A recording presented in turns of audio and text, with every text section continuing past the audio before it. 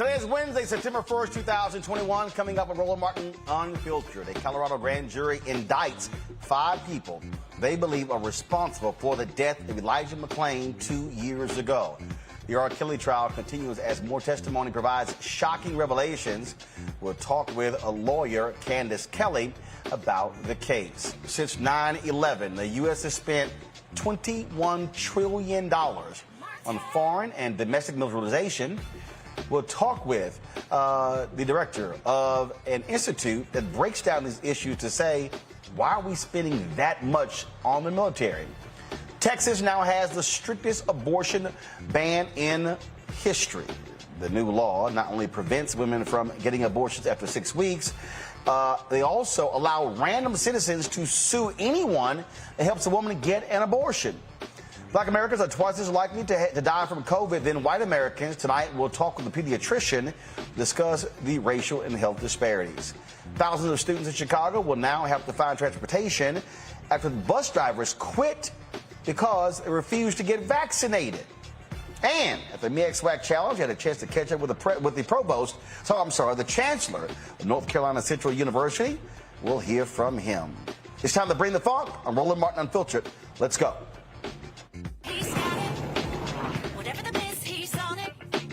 Whatever it is, he's got the scoop, the fact, the find. And when it breaks, he's right on time.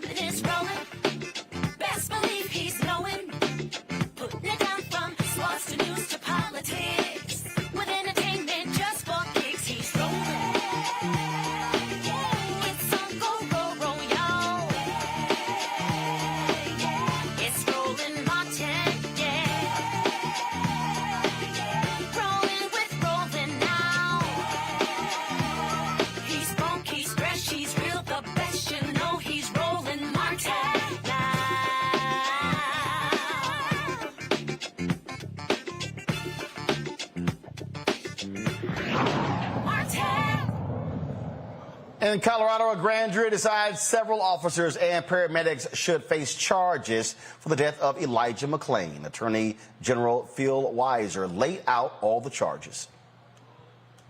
In thoughtful deliberation, the grand jury returned a 32-count indictment against Aurora police officers Randy Rodema and Nathan Woodyard, former Aurora police officer Jason Rosenblatt, and Aurora Fire Rescue paramedics Jeremy Cooper and Peter Chikuniak for their alleged conduct on the night of August 24, 2019, that resulted in the death of Mr. McClain.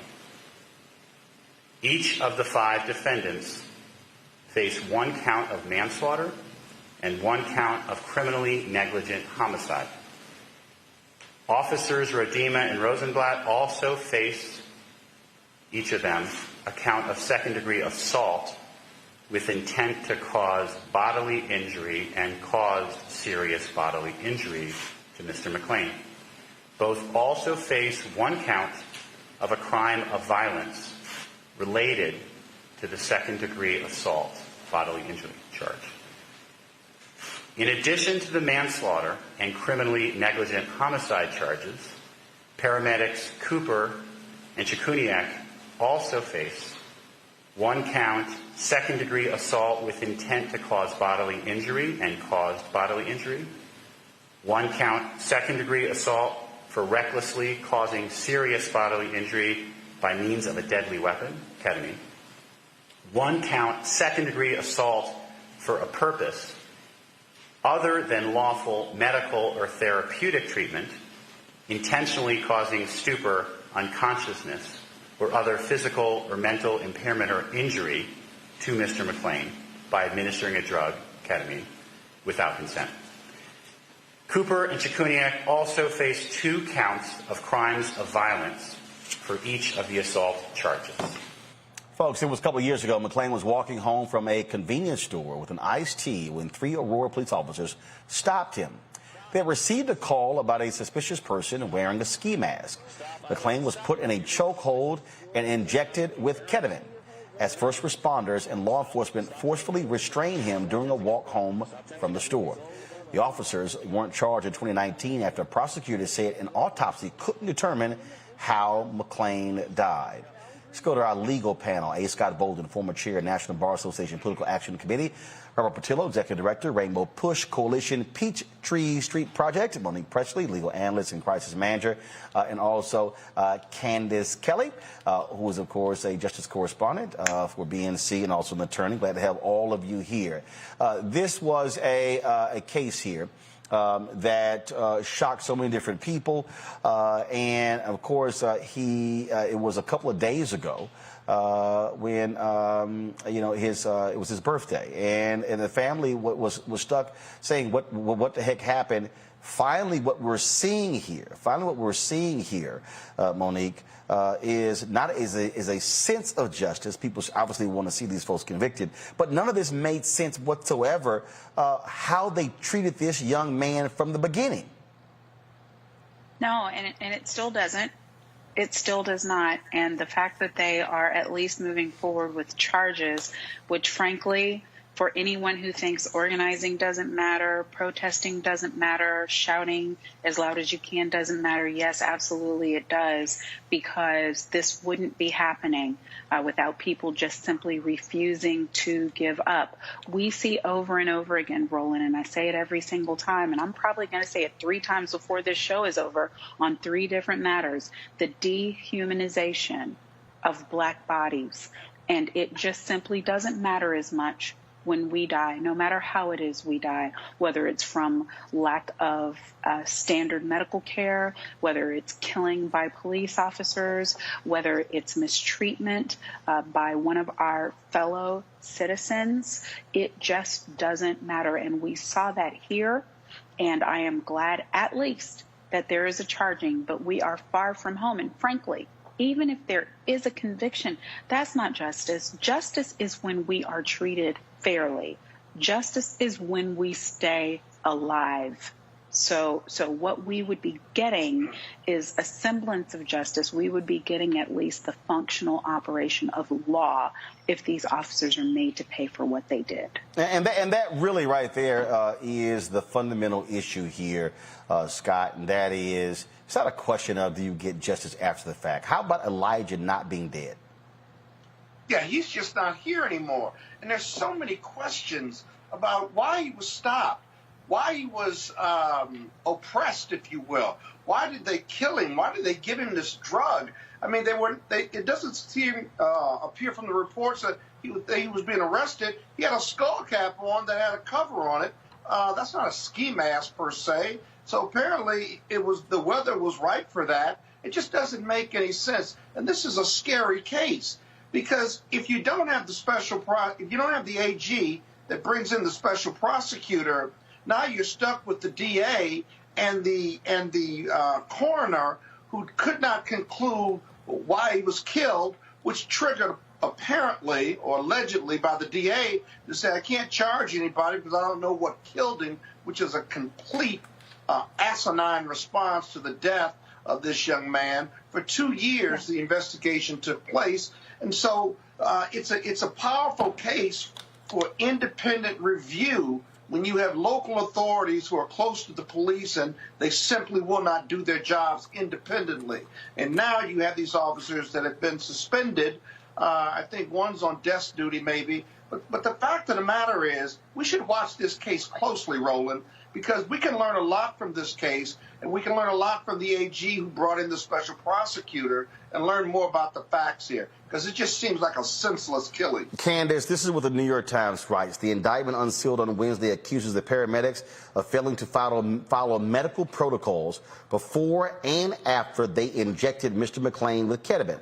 Mr. McClain, 23, was already handcuffed when the medics arrived at the scene, and the indictments say they did not talk to Mr. McClain, check his vital signs, or properly monitor him after giving him a powerful drug. And you know what? This points to the fact that police and paramedics, as we see and have seen in the past, they're undertrained. I mean, this was a young man who had certain needs, and when you are dealing with someone who has certain needs, they often communicate with you like he did. Elijah said, I'm an introvert. You are in my space. If he was already handcuffed, why did he need something that acted as a sedative that really almost could put you in an amnesia-like state?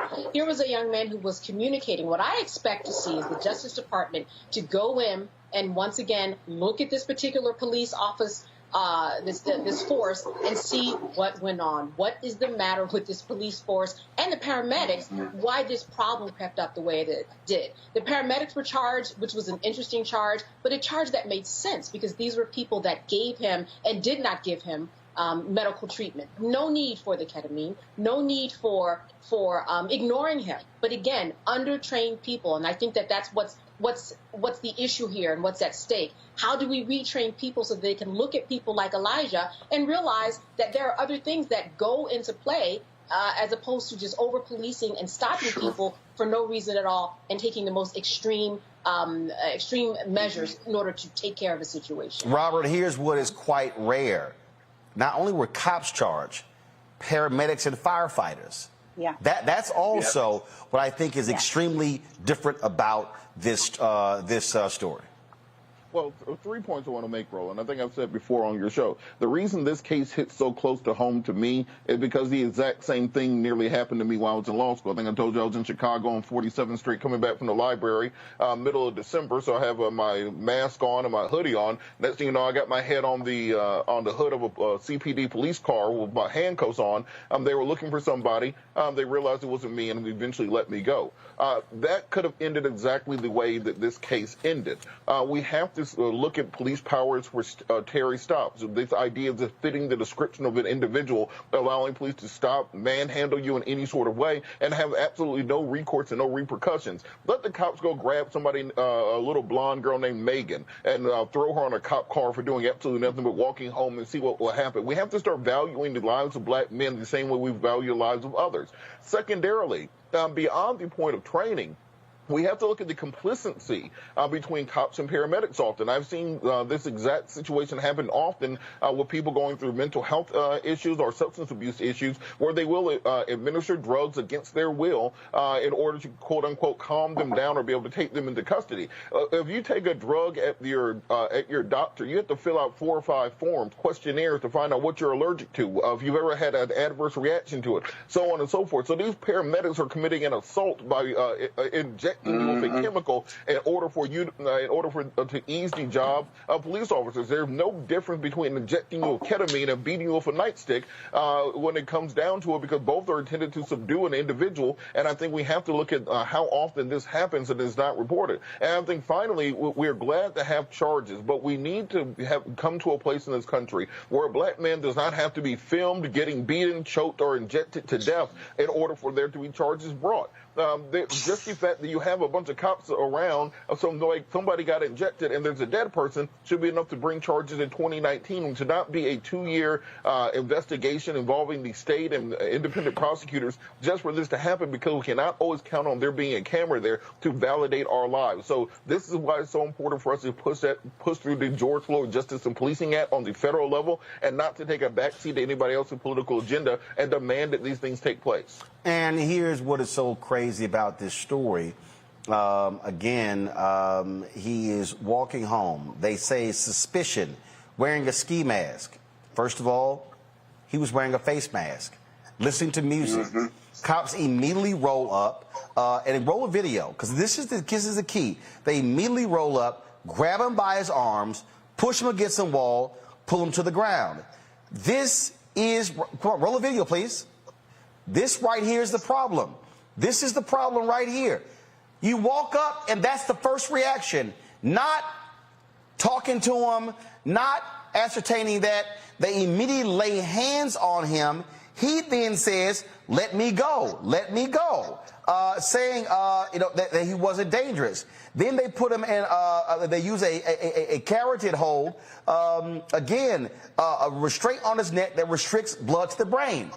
All of that because you got a suspicious call? No, they did that, Roland, because he's black, right? If he were white, they would have done none of that, because they don't see us as human beings. Not only did they have the chokehold on him, right? He passed out at one point, came back to.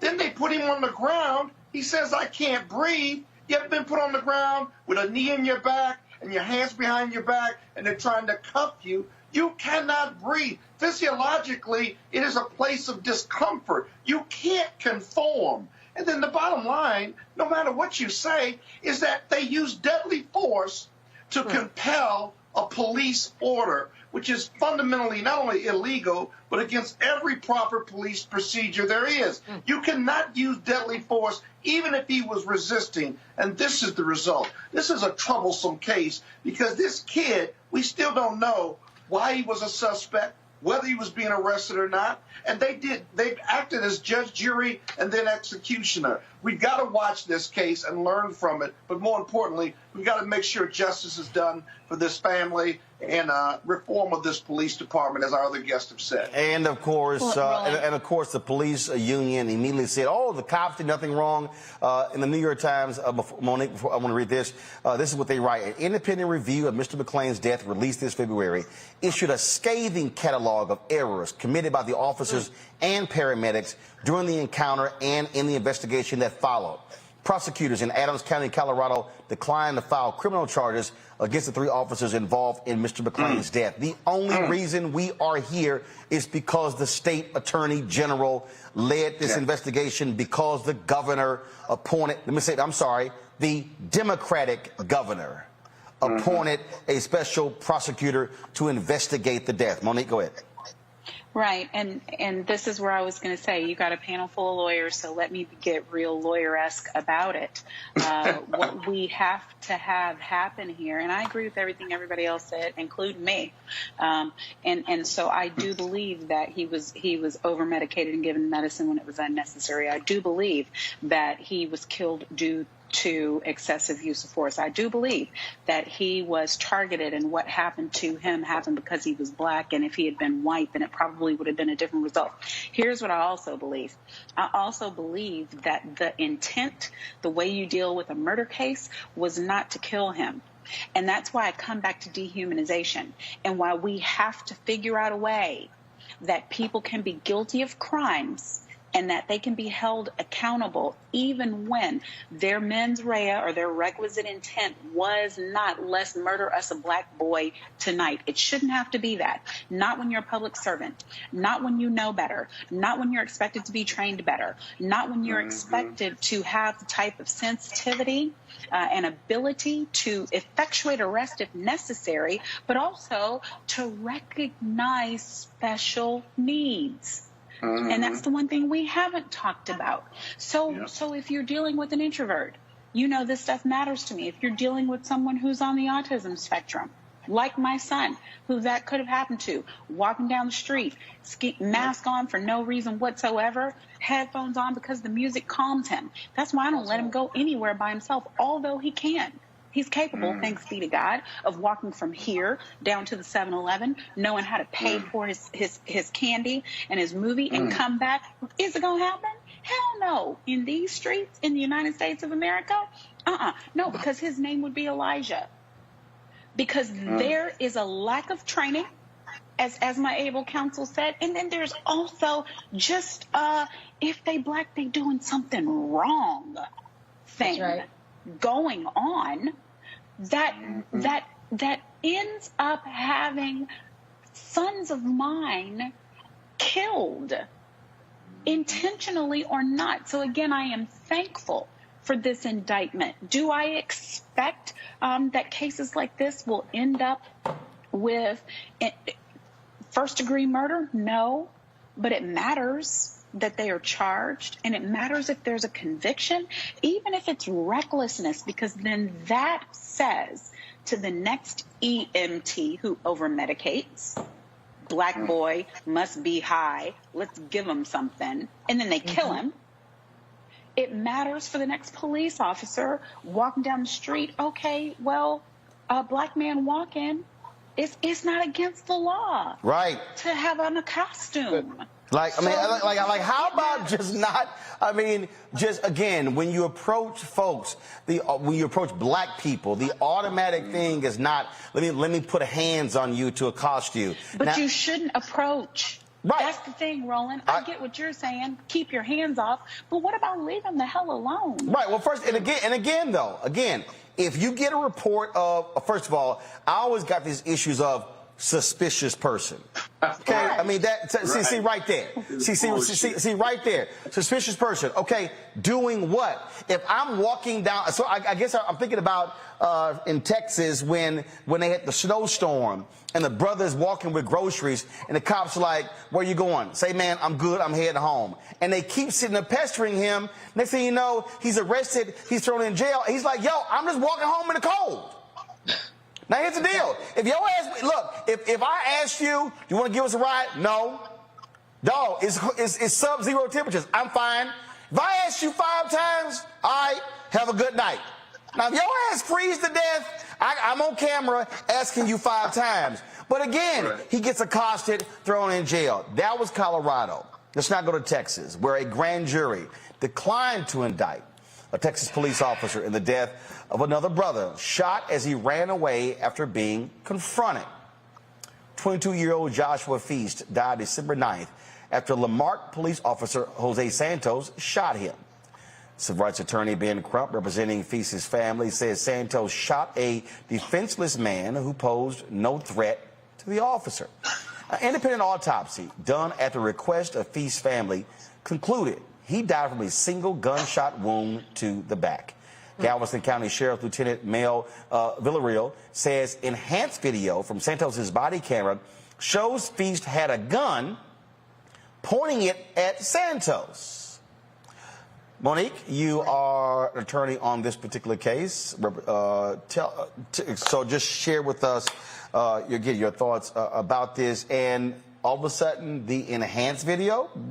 That's well, look, yeah, I would have given full disclosure and said I consult with Right. Attorney Ben Crump's office, and he represents this family, so I know Lakeisha Feast, the mother of Joshua Feast. I know Juanita Rodriguez, who was sitting in that car, was the mother of his child, who had to watch when he had not a gun but a phone in his hand, and when the officer called his name on a dark street with no lights on, and then in seconds he was shot in the back trying to run away and dead. I attended this boy's funeral.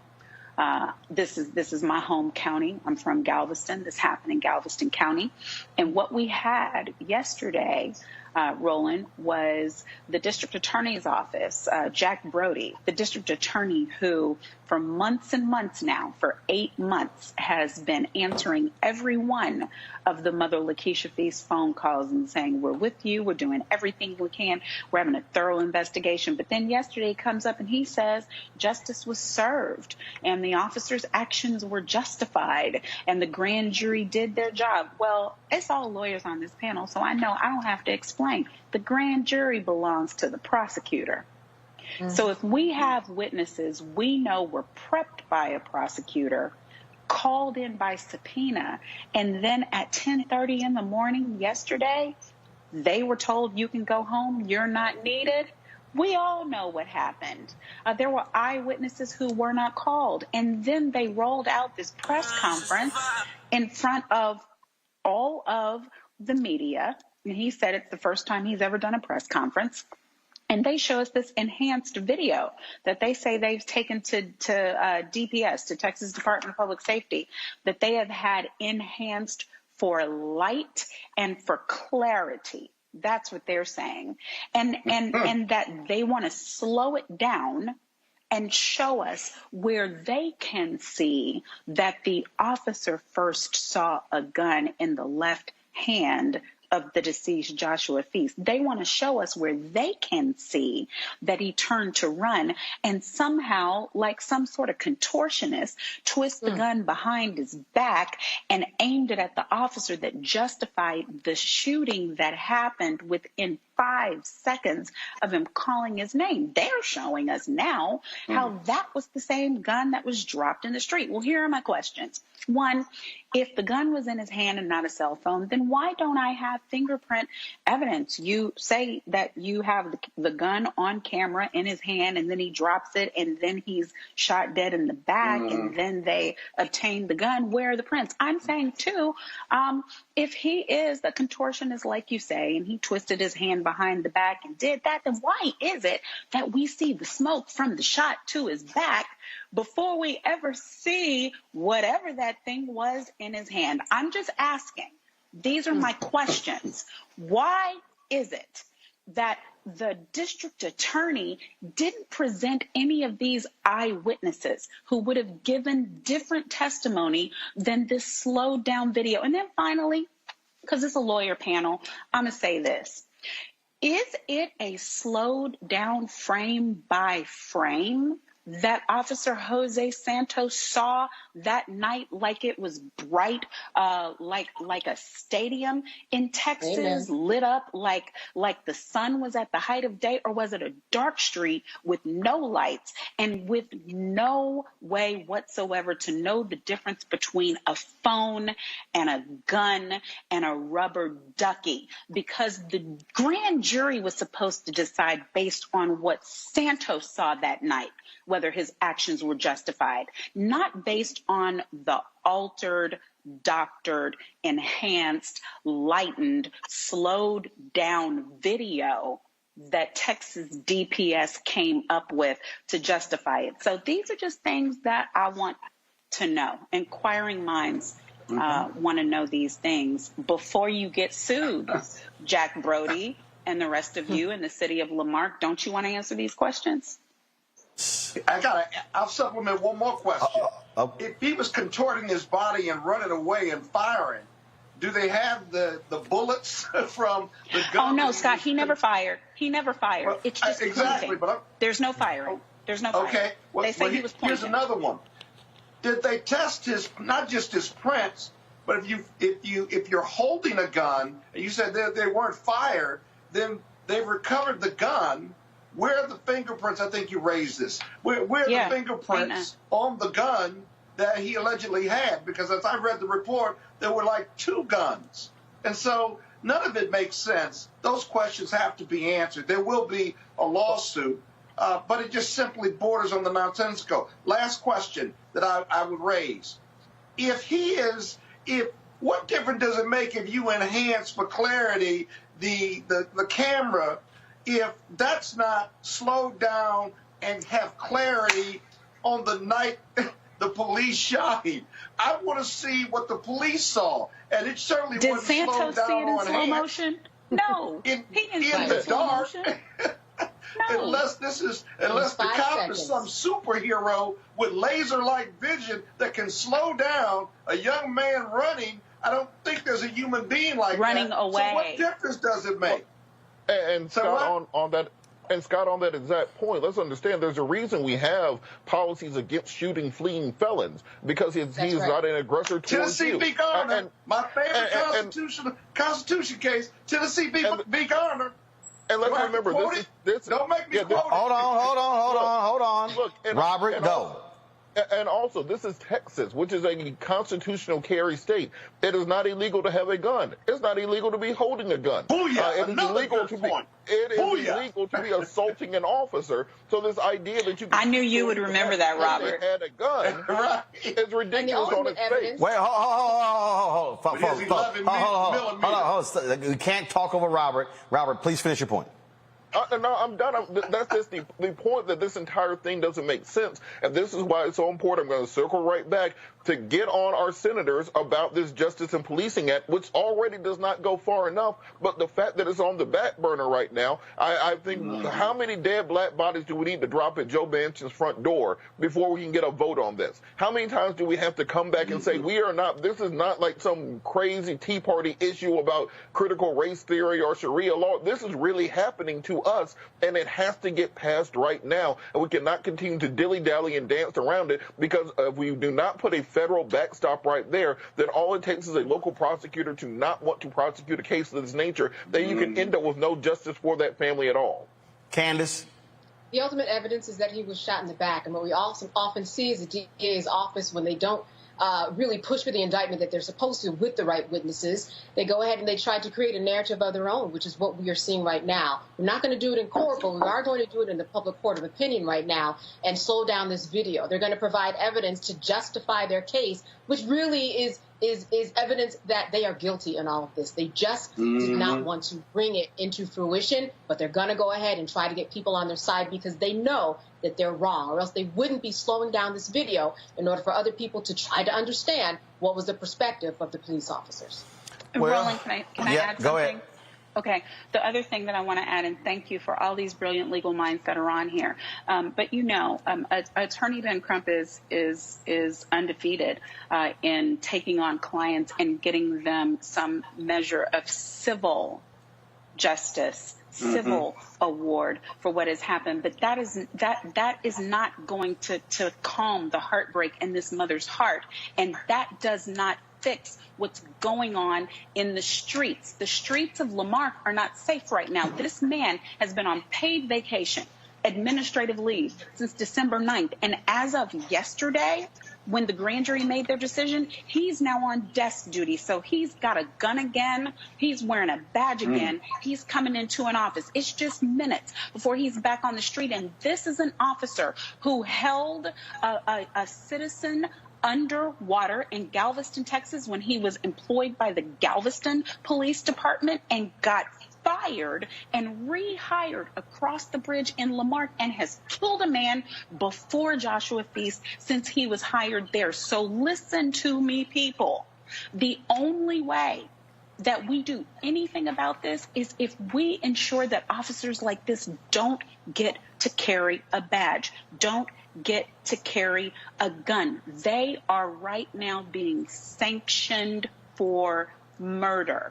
And that is what must stop. That's what we have to require from our city governments and from our state governments. And Robert is right. Yes, George Floyd, Justice and Policing Act. Who was at Joshua Feast's funeral? Philonis Floyd, Keita Floyd, their nephew, their family. They paid for the entire repast. Why? Because this type of grief is a fraternity and a sorority that nobody wants to belong to, but they do. So they show up every single time. That's right there in Houston where they're based. But we don't want to keep showing up like this. That's no damn badge of courage. We want this fixed. We want it resolved, and we want it to stop. And, of course, at the rate we're going, there's not going to be a George Floyd Justice Act. And that's a damn shame. It is. Because what you're stuck with then, Roland, is a bunch of laws from state to state, local, state. We don't have anything from Congress saying anything concrete. You go from one jurisdiction to the next, and you're liable to be in a jurisdiction that has different rules. So we need something that is our blanket rule so that people can understand all over the country and get on one page as to what one can and cannot do. But right now, it's just all over the place. It's completely a mess. It's a mess. And the Supreme Court has not taken a position to say anything about whether it's chokeholds or anything having to do with so many things that the police can and cannot do. It's just been pure silence. And Roland, just one last thing on the George Floyd ad. I think Democrats have to remember one very important thing, which is Republicans are running black men across the country for a reason. There's a reason Larry Elders is running in California. Georgia has Vernon Jones and Herschel Walker and Kelvin King running as Republicans. South Carolina has Tim Scott. They are making a play for the black male vote on the justification that Democrats are doing nothing for you. Yes. And so if you go after an entire 2020 of activism, and you come back to black voters and tell them we couldn't get a criminal justice reform, we couldn't get a police reform bill passed, Donald Trump got 19% of the black male vote in 2020. Most people don't remember that. So the Republican nominee in 2024 is Tim Scott. You can expect to see him get about 30 to 40% of that black vote if you cannot, or that black male vote, if you cannot deliver on something like this, or the apathy level will go through the roof, and Democrats cannot win that way. So I know you're trying to play this little bipartisan game where you're going to appease Joe Manchin, you're going to appease Christian Sinema. Look, don't lose your for show money going after some more money. You got to secure your base first, and black people are the base of this party. Don't forget that when it comes between elections.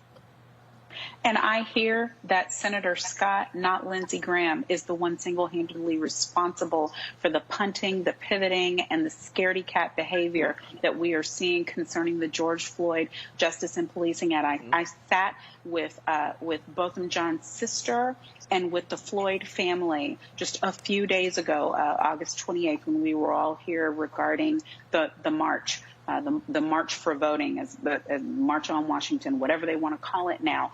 And they said what I can say. Tim Scott sat there and lied to our faces, assuring that it was going to get done, and kept pivoting. Well, I'm not a lawyer, but I trust the lawyers, and leaning toward Lindsey Graham and whoever else. But when it came down to the pressure from the sheriff's offices across this nation, it was Tim Scott who did not have the spine to push back. And so I'm not ready to say that it's too late. We need to see some things happen in reconciliation like we've seen them never before. If it's time for miracles, Congress and Senate can work some. They know Jesus. They better pray, because otherwise it's not going to go right in the next elections. Well, look, I made it clear I never trusted Tim Scott being able to carry this thing over the finish line. And I kept saying, all right, you think you could bring 25 Republicans? Show me.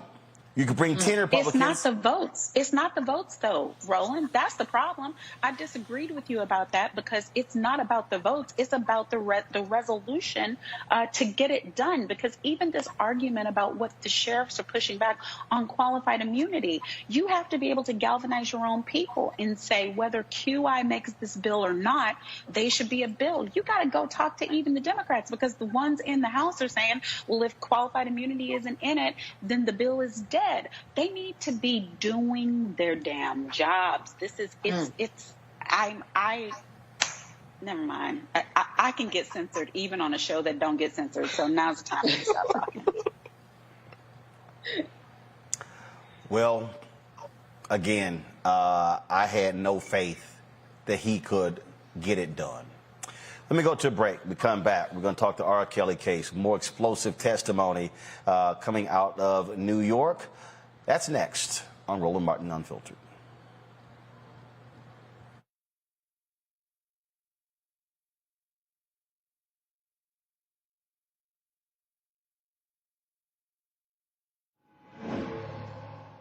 All right, so a lot of y'all are always asking me about some of the pocket squares that I wear. Now, I don't know. Robert don't have one on. Now, I don't particularly like the white pocket squares. I don't like even the silk ones. And so I was reading GQ magazine a number of years ago, and I saw this guy who had this pocket square here, and it looks like a flower.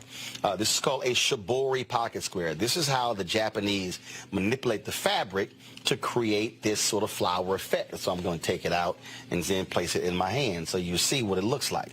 And I said, man, this is pretty cool. And so I tracked down, it took me a year to find a company that did it. And so they did about 47 different colors. And so I love them because, again, as men, we don't have many accessories to wear, so we don't have many options. And so this is really a pretty cool pocket square. Now, what I love about this here is you saw when it's in the pocket, you know, it gives you that flower effect like that. But if I wanted to also, unlike other, because if I flip it and turn it over, it actually gives me a different type of texture. And so therefore it gives me a different look. So there you go. So if you actually want to get one of these shibori pocket squares, we have them in 47 different colors. All you got to do is go to RolandSMartin.com/pocket squares. So it's RolandSMartin.com/pocket squares. All you got to do is go to my website, and you can actually get this. Now, for those of you who are members of our Bring the Funk fan club, there's a discount for you to get our pocket squares. That's why you also got to be a part of our Bring the Funk fan club. And so that's what we want you to do. And so it's pretty cool. So if you want to jazz your look up, you can do that. In addition, y'all see me with some of the feather pocket squares. My sister, who's a designer, she actually makes these. They're all custom made. So when you also go to the website, you can also order one of the customized feather pocket squares right there at RolandSMartin.com/pocket squares. So please do so. And of course, that goes to support the show. And again, if you're a Bring the Funk fan club member, you get a discount. This is why you should join the fan club. Hey, I'm Arnez J. Black TV does matter, dang it. Hey, what's up, y'all? It's your boy, Jacob Lattimore, and you're now watching Roland Martin right now. Stay woke.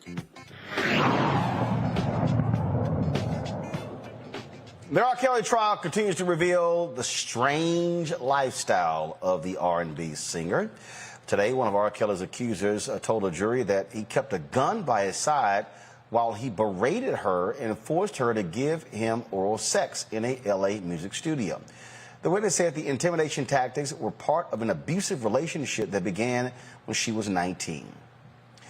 These, of course, there have been a number of people who have been testifying in this particular trial. Yesterday, you had former employees testifying about the kind of stuff that R. Kelly was involved in. Candace, I want to go to you first. It has been...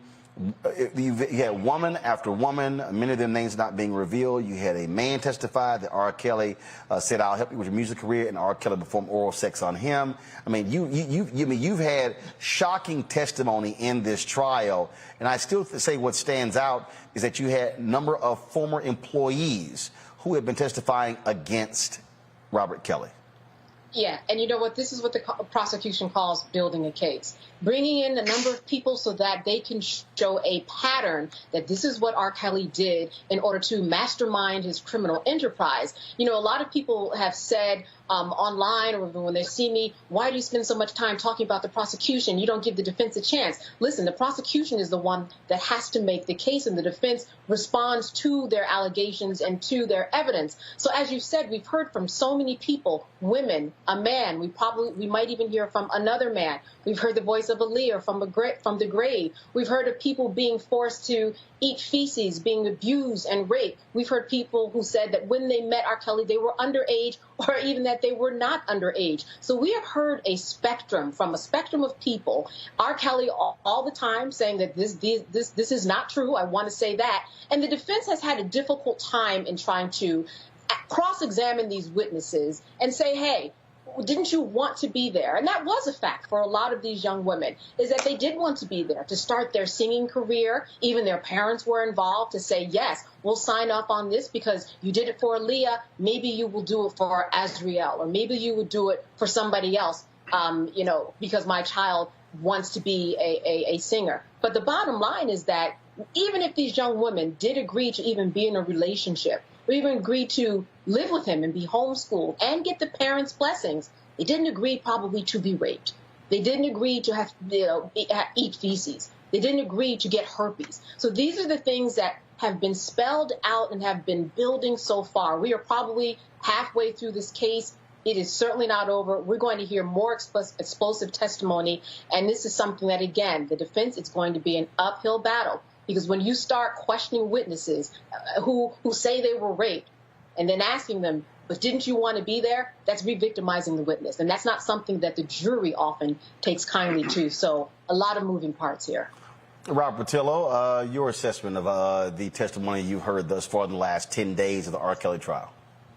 Well, I'm not a particular follower of much of the celebrity news in general, but from what I have heard, I do think the prosecution does risk the point of expanding the scope of what they're talking about. I do think often you need to pinpoint directly on what the charges are. The prosecution's not trying to to prove that R. Kelly is a freak. They're not trying to prove that R. Kelly has deviant sex. They have to prove the particular charges which he's being charged with.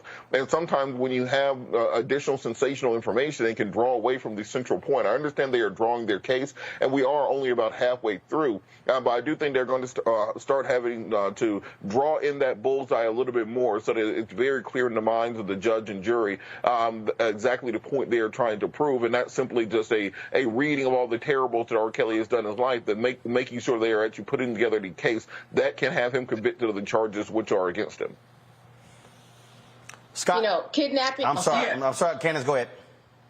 Kidnapping, bribery, sexual exploitation, child forced labor, the RICO Act, masterminding this criminal enterprise, the Mann Act. And the Mann Act states that you can't cross young women or men, right, across state lines for the purposes of prostitution. All of these things, he is right. They have to prove this. And one thing that they don't have quite solid yet is anybody who took the stand to say, hey, listen, R. Kelly actually made me do these things. And that's important when we talk about the RICO Act and racketeering. It has to be something that R. Kelly demanded that other people do. So they're kind of on the peripheral here, saying that their assault was involved and there were Robert's rules that were very strict and confining. But in terms of even Demetrius Smith, he's the one who paid $500 in order to get the illegal ID for Aaliyah and was there at this wedding ceremony and when they exchanged vows. Even he said, R. Kelly didn't make me do it,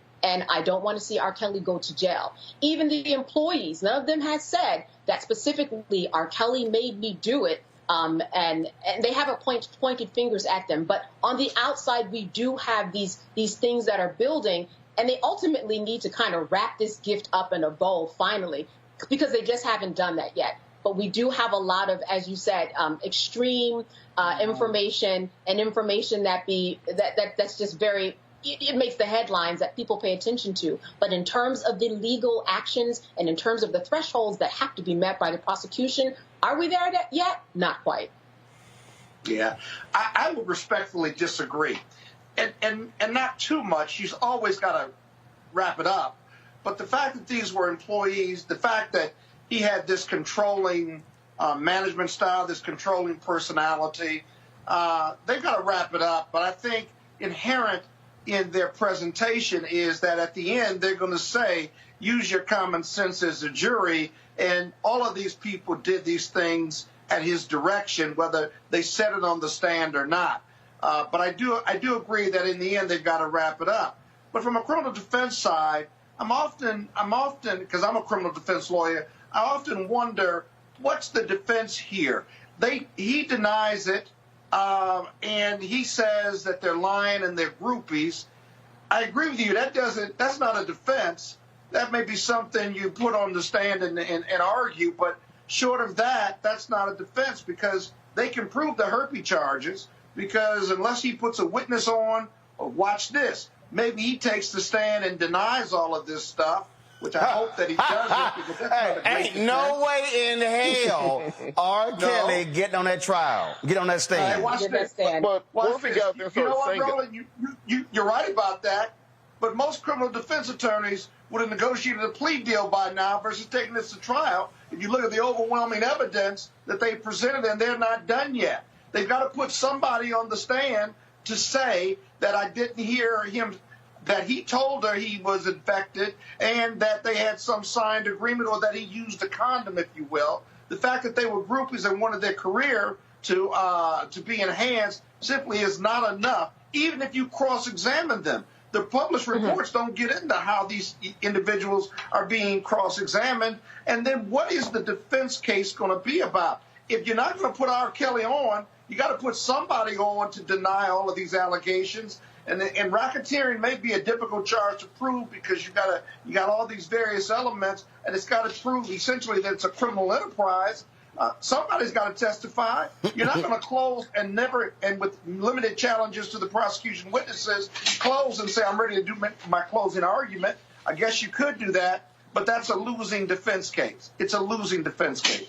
I think there's a lot to overcome here. The defense has to have something better than what they're doing so far, because right now the facts are overwhelming any defense strategy in this case. You got a better shot of him doing a second interview with Gayle King to get on that witness stand. Monique? No, he'll do a second one with you. What would be your questions of R. Kelly if he sat down with you, Roland? Say, dog, you know that ain't happening. You know that ain't happening. Hell, Busta Rhymes got a better shot of come and talk to me before that. Monique? Well, it's interesting. The only comment I'll make is I believe that my colleague Scott is forgetting the burdens. So to say that in a prosecution's case that the defense has to do a better job than they're doing is amiss. So we'll see. Only because the prosecution is doing a hell of a job right now.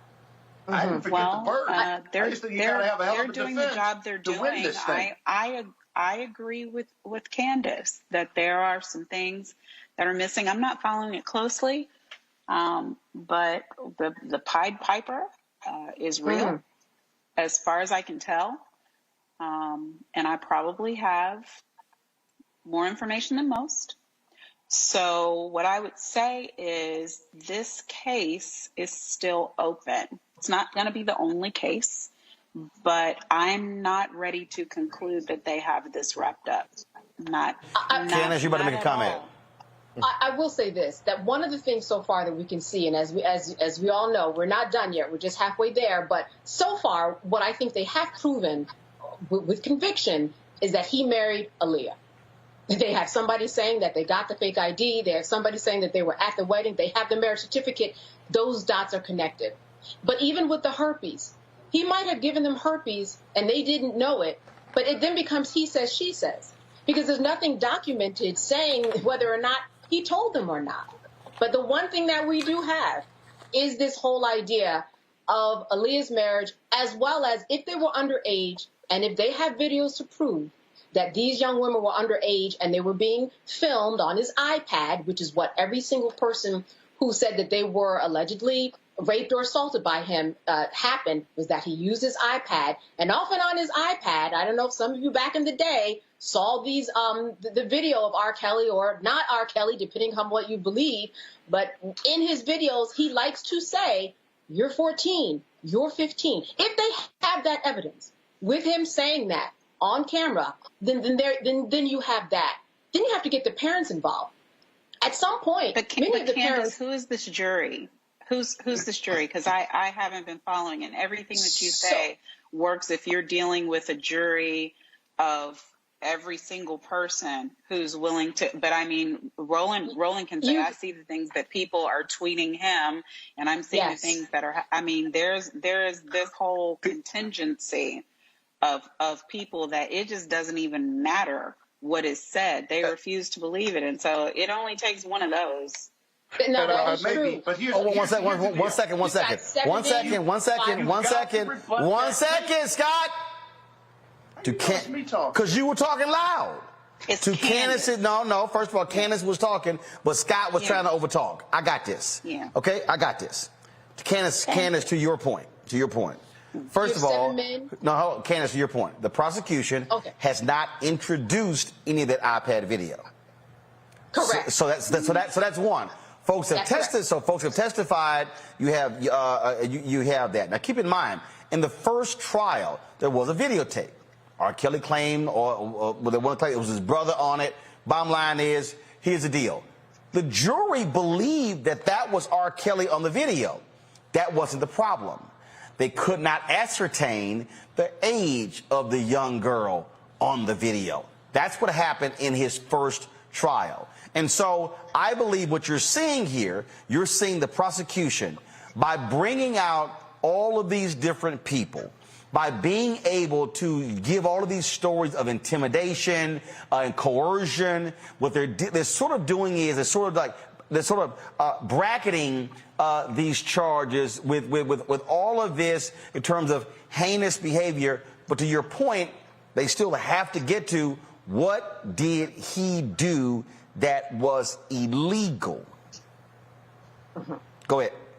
On the indictment, there are 3 men who are mentioned in the footnotes who have already pled guilty to crimes relating to being directed by R. Kelly. So again, that's why I say we're halfway there. We're going to see so much. If you read this very, very detailed indictment, there's so much more to come. We just don't know. But so far, what I see is them building and building and building a case so that when they bring in that superstar witness, which I don't think there have been any so far, but when they come, that will be the glue that seals all of these pieces that we're going to see right now. Scott, final comment. What about the jury? I'm sorry. Go ahead. I'm sorry. Hold on. Scott, then Monique. Scott, then Monique. Go.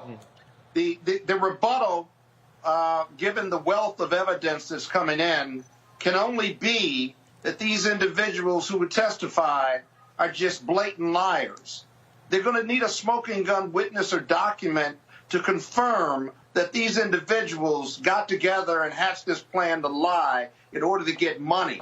And they're going to have to put on witnesses and or R. Kelly himself to introduce that defense evidence. That's the only way. If the prosecution does what they're supposed to do, that is the only way. And it's not really a reasonable defense, but that's the only way I see them winning this case, getting a defense verdict. That is that the jury simply did not believe the wealth of this evidence because the defense did a good job at undermining the credibility of these witnesses through cross-examination as well as putting on their own witnesses who will say that they had conversations or documents that undermine the credibility of the prosecution witnesses. Monique, that's the only way I see it. Monique.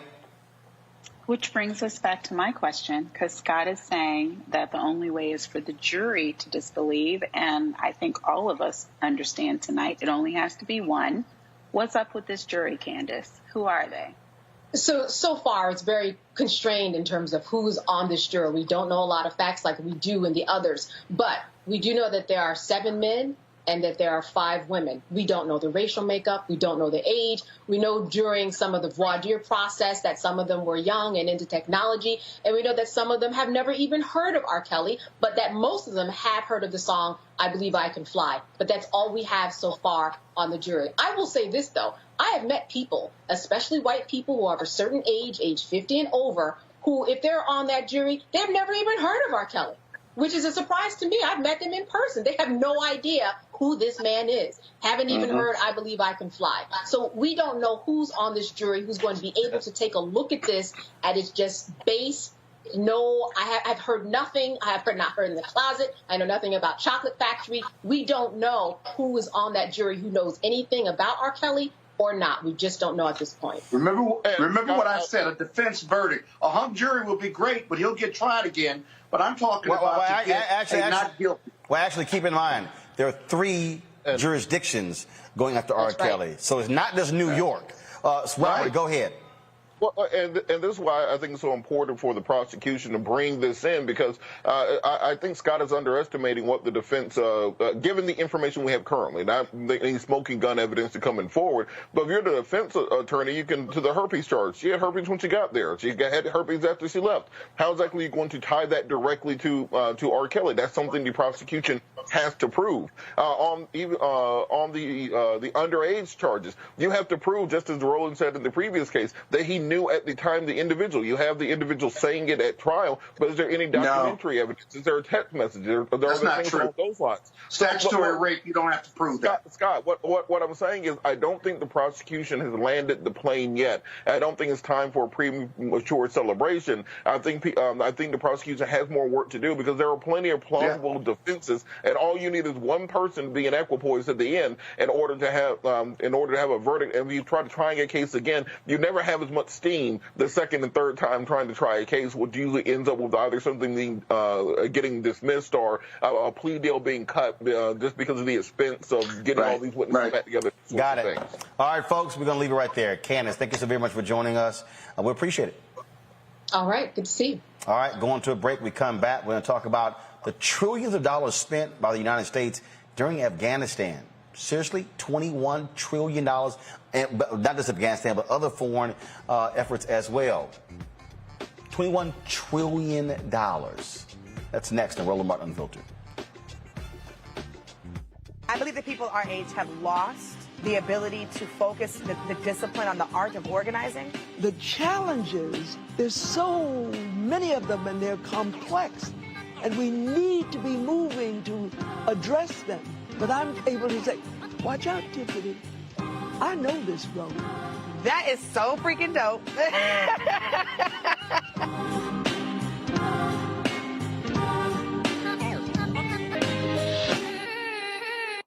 I'm Bill Duke. This is Diala Riddle, and you're watching Roland Martin Unfiltered. Stay woke.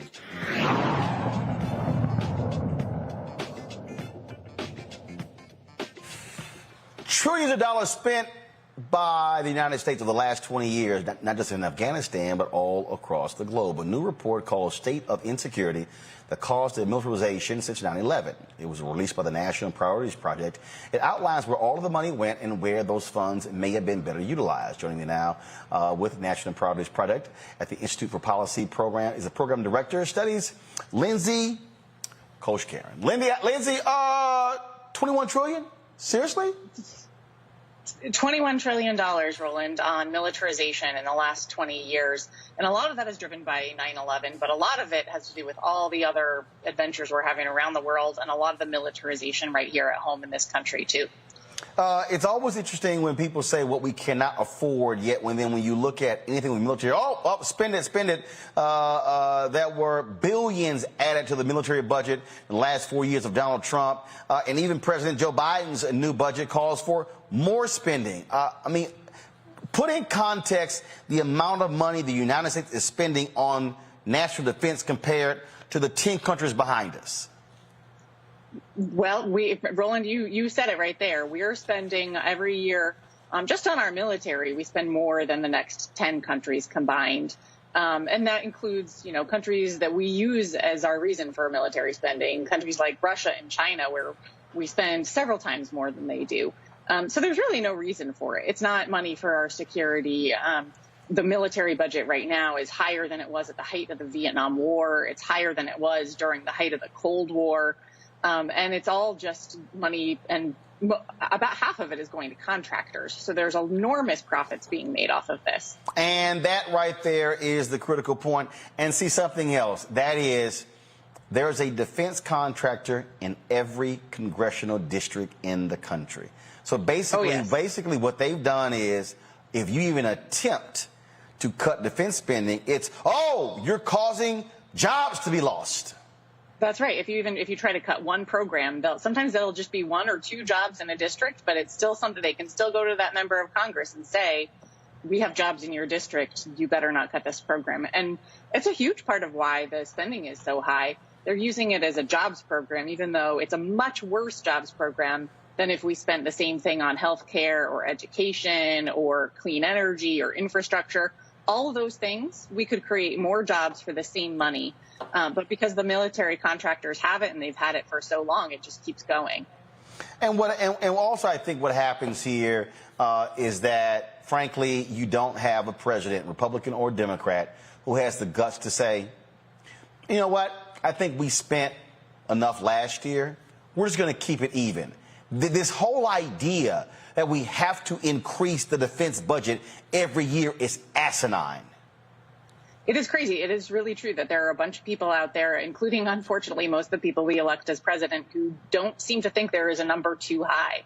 There's never a number high enough. And that's the thing that, that people ought to realize when we're saying, oh, well, it's just we're a little bit more for this or a little bit more for that. There is never a number that will satisfy the hawks in this country. So here you have Congress again right now. So how do we deal with that? Because there has to be some semblance of balance here. And do you think that we even will get to that point where you're going to have first, you can forget Republicans actually doing anything. Their whole attitude is we're strong on defense. They want to beat Democrats over the head by calling them weak on defense. They want to cut the military, all those different things. So how do you break through the American people to say, y'all, do y'all know how much we're spending? And isn't that enough? Like for instance, what is the annual military budget that we allocate right now? We're spending about $750 billion on the military right now. Now, that's $750 billion. Don't you also have a dark budget that, frankly, there's only a number and we don't know what the hell it goes to? Is that included at $750? Well, we think a lot of it is. Now, as you said, it's a dark budget. It's secret. It's not in public documents. We can't find it easily. But because of some leaks that we've seen over recent years and a little bit of public information that comes out, we know it's about $80 billion a year. We just don't know exactly where it is. A lot of it is included in that $750 billion. But just to put that $750 billion into context, that's $750 billion. That $1 trillion, that's the size of the infrastructure package that they're fighting so hard for right now, and that is supposed to be this once-in-a-lifetime thing that we've never seen before. And we're spending almost that much every single year for the military. Man, that's absolutely crazy, and it just goes to show you that when people say, and then of course you have Republicans right now who are saying, hey, let's stay in Afghanistan and let's actually re-invade Afghanistan. They got no problem spending those trillions, but then when you talk about spending $1 trillion on the poor and food or housing, oh no, we can't afford those things. That's right, and that is actually the whole reason we wrote this report. The fact that we can spend $21 trillion on wars and militarization around the world and militarizing our borders and militarizing our law enforcement. The fact that we can spend this much on militarizing all of those things means we have the money and we have the political will to spend it when those are our priorities. So what we need to do, though, is shift those priorities, right? We've spent $21 trillion over 20 years on militarization, but for less than a quarter of that, we could have a fully renewable energy electric grid. So a lot of these things we can do. The money is there. We just have to change what we're spending it on. No, you also got to have political courage, and unfortunately, there's not a lot of that today. Lindsay Kashgarian, we appreciate it. Thanks a lot. Thank you. All right, folks. Texas now has one of the strictest abortion bans in the country. The controversial law took effect today after the U.S. Supreme Court declined to block it. It prevents women from getting abortions after 6 weeks of gestation. That's before many even know they're pregnant. The law also allows citizens to sue anyone who helps a woman obtain an abortion. Vice President Kamala Harris stated this regarding the bill. This all-out assault on reproductive health effectively bans abortion for the nearly 7 million Texans of reproductive age. Patients in Texas will now be forced to travel out of the state or carry their pregnancy to term against their will. This law will dramatically reduce access to reproductive care for women in Texas, particularly for women with low incomes and women of color. Rights groups see the law as a direct challenge to Roe v. Wade, the landmark decision legalizing abortion. It's unclear if the law will stay on the books or further legal action will stop it. The Supreme Court is scheduled to rule on a 15-week abortion ban in Mississippi. I want to go to my panel. Monique, I want to start with you. So here's what is... So there's several things. First of all, there are many people who were waiting, who were up till 1 a.m. because the law went into effect after midnight Central Time. Supreme Court, no action whatsoever allowing it to stand. There were literally abortions being performed in Texas up until the actual deadline, because folks were trying to get it done before the deadline. What is crazy about this bill? Any number of things, but the fact that a stranger, a random person, can go, "Oh, you had an abortion? I'm going to sue you," but not just sue you. I'm going to sue anybody who was involved in the decision. Somebody who called on your behalf. Somebody who drove you to the facility. Somebody who helped you pack. I mean, so they're calling this vigilante or bounty justice. That is absolutely crazy that a random stranger could literally sue a woman and anybody who so-called was involved in her decision. Yeah, and some people are also calling like Taliban justice, and I think that is appropriate, because the thing that people maybe aren't considering, in addition to the fact that this could even happen and these suits could be brought, is that these suits are public. So it's not just violative of a woman's right to a choice regarding her body, but then it violates the privacy of those choices and of anyone who privately assisted her in the making and the executing of that choice. And so I don't think that these things are going to survive, Roland. I believe that what the Supreme Court did not do beforehand, once the test cases, the test balloons come up with the actual working of this legislation, will happen afterward. But in the meantime, it is devastating, and as you already said, it directly impacts the poor. It directly impacts women of color, because people with means, rich white women, are going to be getting abortions the same way they were getting them in 1940 and 1950. Nothing has changed about that. It will happen, and no one will be the wiser. This is about the woman who cannot afford to cross state lines. This is about the woman who goes into now we're back to the back alley with the unsafe procedures from the so-called doctors who are making a buck and doing things without the necessary medical safety protocols. So it's a dark day in Texas for so many different reasons, but this is close to the top of the list. Supreme Court chose to stay silent as opposed to issuing a stay. Right-wing conservatives have been waiting for this day. The Supreme Court will consider the Mississippi case. Many people are already saying that since they allowed this Texas case to go forward, that other states are going to rush to pass similar laws immediately in order and say, well, you didn't stop that one, they're not going to stop ours. So essentially, if other states move on this right now, it goes into effect until the Supreme Court issues a decision on the Mississippi case. You're correct. And also, let's remember that this is what Republicans have been building towards for the last 40 years.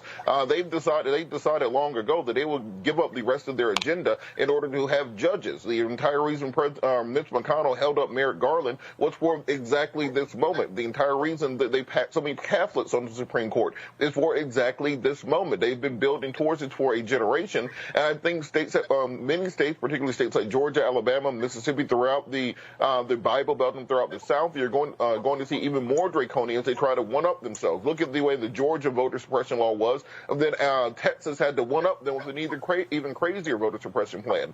So it's very important people understand these things during election years and off-election years, that Donald Trump still did very well with white women in the last election. So if they are not willing to stand up for these issues, then you're going to have a very hard time beating these things back if the Supreme Court does roll over. Right now, John Roberts has been very vocal, saying he's in favor of maintaining Roe. I believe Kavanaugh has also stated that he believes in upholding Roe. But all it takes is one or two judges to flip sides. These are Trump judges, after all, many of them, in order to overturn these rights. I think it's something people really need to monitor, particularly on the state level, because you'll end up having to go back and repeal these laws on the state and local level. Should listen to black folks when we were talking about voting rights, you wouldn't have these problems. Well, you certainly, both of my colleagues are correct, but these laws, no matter how many pass, will be challenged because they have to be challenged. Very often you'll see the Supreme Court will not want to usurp its authority for that of the legislature.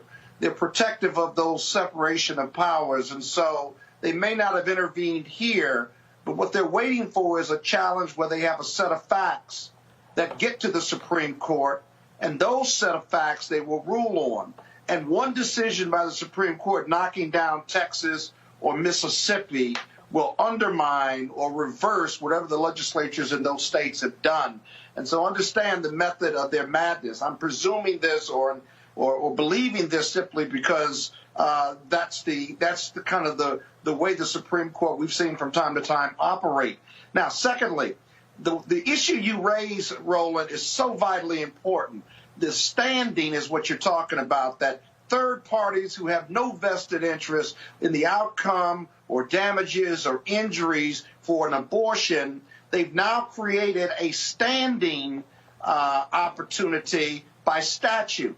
Now, you can do that, but it gets real tricky because you can't undermine the constitutional underpinnings of standing. You can't just say a third party can do it because they want to do it. And that's where the lawsuits, the plaintiffs' bar, the civil rights organizations, the anti-abortion rights organizations have got to focus their attention on and say that's unconstitutional as you chip away at these statutes, as well as attaching the statutes total unconstitutionality as well. But that's going to be the chink in the armor. But the Republicans want that. They want it to go to the Supreme Court, and they want and hope that the Supreme Court will de facto, through these other decisions, reverse the impact of Roe v. Wade or chip away at it until it's gone. And so both Democrats and Republicans are going to be attacking, or wanted to go to the Supreme Court. I won't say attacking, but wanted to go to the Supreme Court. But the weakness in this statute is how unconstitutional the standing provision is. Watch for that to be the subject of many lawsuits. We'll see what the circuits say. We'll see what the federal district courts say. But in the end, both sides want us to go to the Supreme Court. All right, folks, got to go to a break. Before we do, let's hear from our partners with CEEK.com.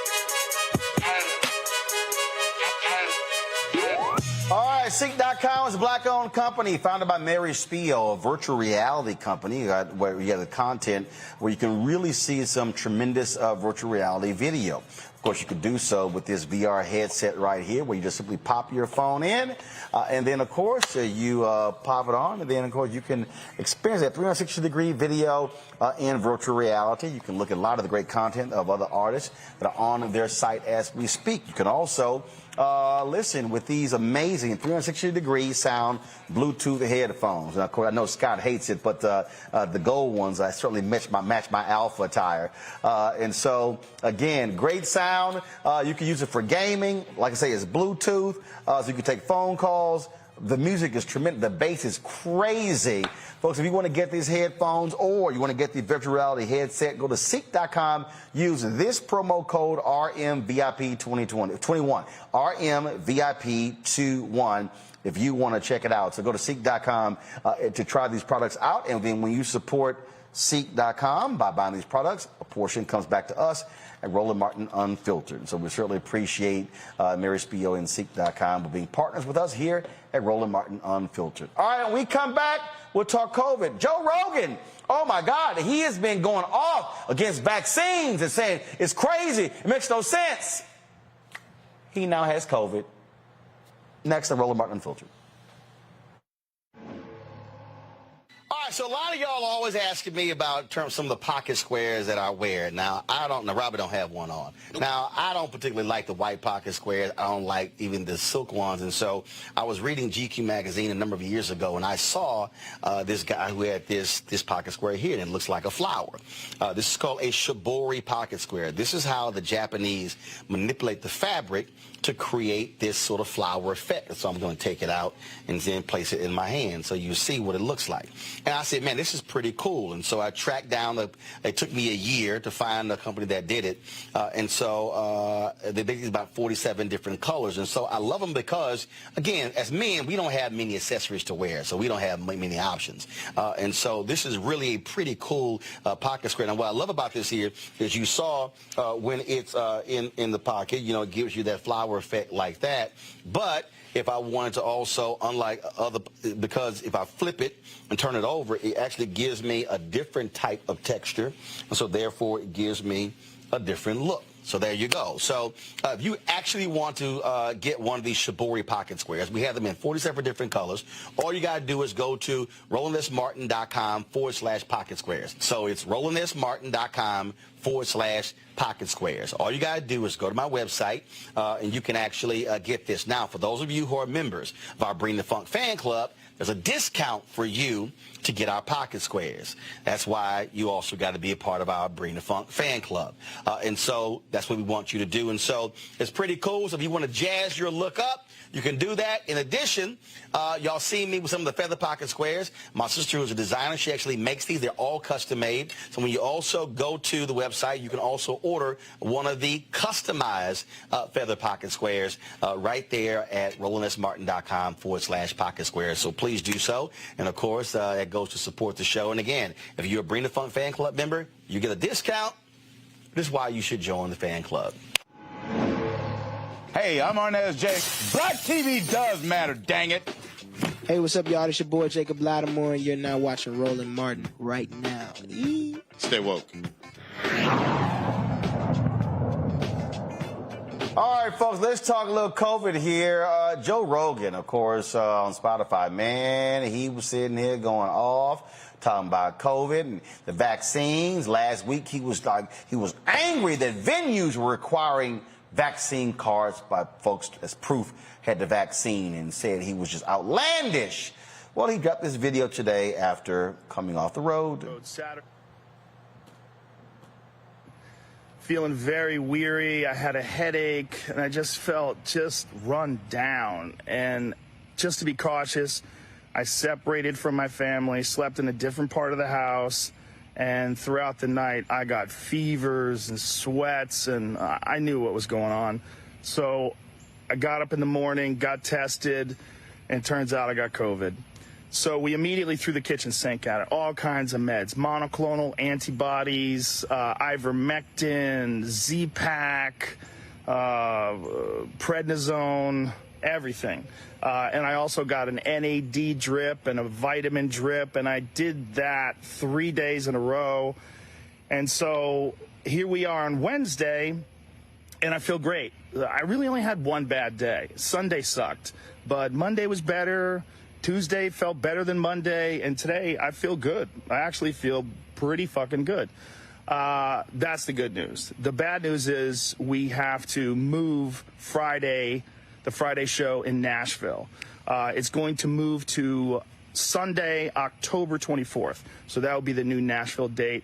My apologies to everyone. Obviously, there's nothing that I can control. It is what it is. Crazy times we're living in. But a wonderful, heartfelt thank you to modern medicine for pulling me out of this so quickly and easily. And my love to all of you. Thank you. Bye. So, Robert, he threw all kind of meds at it, thanking modern medicine. He was trashing Fauci. He was sitting here. He was trashing all of this. He was, oh, how dare these venues require people to have vaccine cards. Now your ass got COVID. Look, or there's got to be, like, how is all that stuff easier than just getting the shot in the first place? Like, I'm trying to understand this. You can either A, get 2 shots and not have to worry about it, or B, you can take horse tranquilizers, experimental antibodies, drugs, drip, and almost die overnight. And then, like, how is that easier? Like I'm a lazy person, so I'm going to do the easier thing. So I got vaccinated because that seems to be a far easier thing than throwing the kitchen sink at it. This entire thing has just shown that America is living in an idiocracy. Imagine being in a country that is so advanced and so well-financed that you can tell people, here is the cure to the disease that kills people, and they will say to you, nah, I ain't gonna take it. I don't want the cure. But what the hell kind of sense does this make? And the thing here, Monique, first of all, you can be vaccinated and still get COVID. The whole point of it is to lessen, obviously, your symptoms. Now, you have the people who are saying, yeah, but people who got vaccinated passed away. They cite the sheriff that's in Mississippi there as well, which we also explain to people, which is why you still must take cautions, you still must wear masks and those things along those lines. But 98% of the people right now who are hospitalized, who are in ICUs, are unvaccinated, okay? And hopefully Joe Rogan and anybody else who's white or black or Latino or Asian, Native American, who's gay, who's straight, who has money, who's no money, maybe you'll now pay attention and stop playing games with this, because this is not a game. No, it's not. And even the 5 or 10 things that he said he did in order to attack it right away, I'm hoping that our folks who are watching, and I thank you, Roland, for just being so consistent and fastidious with covering this pandemic and giving our people the best medical information possible. Our folks don't even know what those things are to do or how to do them. And so it's not even a question of get the vaccine or don't. I'm sure he's vaccinated. If he lied and said he wasn't, I wouldn't believe it. But then feeling symptoms from a breakthrough and then knowing, I mean, to try prednisone, to know which vitamins to take, to be able to access all of the different things that are available to people who have money, influence, the right color, access to medical insurance, access to health care. And so we still end up dead, frankly. And so it's not that I wanted him to die. Of course I didn't. And I hope that he's over the worst of it. But it really is criminal. It really is criminal for people who are affluent and of a certain means and station in this life to push out their you don't need whatever kind of views onto people who can't even fathom the types of things they have access to when they're in a pinch. And that particular point right there, Scott, is important because for a lot of people who aren't making $100 million from your Spotify deal, all the stuff he described, they can't afford all that. It's so misleading, and it's just fundamentally wrong. But when you look at his video purposely avoids talking about the dangers of COVID. He said, I had one bad day. Oh, it wasn't too bad. I was better, and they pumped me full of drugs and stuff. He sounded like Donald Trump, if you will, that he was triumphant over it, and therefore it was okay. It wasn't too bad. But what about the long-termers? You see, I have friends who are long-termers who still can't taste their food. They can't smell. They have no sense of smell. They have liver and heart damage. That's the real danger. Sure, 90% of the people in ICU right now haven't been vaccinated, but there are people who, even if they cure themselves or if they overcome it, are still have long-term effects. That, in many respects, is more dangerous because you're going to have a lifetime of long-term effects as opposed to being in an ICU and dying from COVID. They're both just as bad. And I just think it's just unbelievably sad and cruel that these leading voices on this platform, this media platform, are spewing this negative filth, and 49% of Americans who live in this incredible country are not getting vaccinated, are catching COVID, making life miserable for the rest of us, and we won't make it, this government, Democrat or Republican government, I don't care, won't make it an obligation, won't make it a requirement to be vaccinated, for kids to be vaccinated, for adults to be vaccinated, when you have over 500,000 people have died from it. You can read anecdotally, but this science is real. It's real. Yeah. And yet we kind of are dumbfounded as we walk around with COVID and hold on to our First Amendment rights. It's a compelling state interest, health, safety, and welfare. We can impinge on our constitutional rights when you have that compelling state interest. It's time to do it. They've got a new variant right now called mu, that they're monitoring right now, which is spawned from the Delta variant, they think, which was spawned from the original COVID-19. This thing may never go away so long as we act like this. All right. Thank you, Scott. I'm sorry. Roland, go ahead. You said compelling state interest, and that was going to be my only question. Scott, do you have a plan in mind for how the federal and also, I can see how the state government could get a mandate going, but how can the federal government do it? Because we know that these states, like my home state of Texas, like Louisiana, the Florida, all the devil governors, they're not going to do it. So what could be done for them? So the federal government, the same compelling state interest under the U.S. Constitution, they can still impose that federal mandate on the states and penalize them or withhold funds if they don't accept it until the case can go to the Supreme Court. That's very doable. But we do it for polio. We do it for smallpox. Yeah. We do it for driver's licenses. We do it for all of these things to impinge on our constitutional rights. And the federal government just seems to be hesitant to do that because the country is politically split right now. And I get that part. But eventually, how many people are going to have to die? How many long-termers are going to tax our healthcare system before we wake up and say we must infringe on your First Amendment rights and you must be vaccinated because science works and all your political bullshit doesn't? Your political bullshit kills. And it's a bottom-line proposition, and it never stops being that.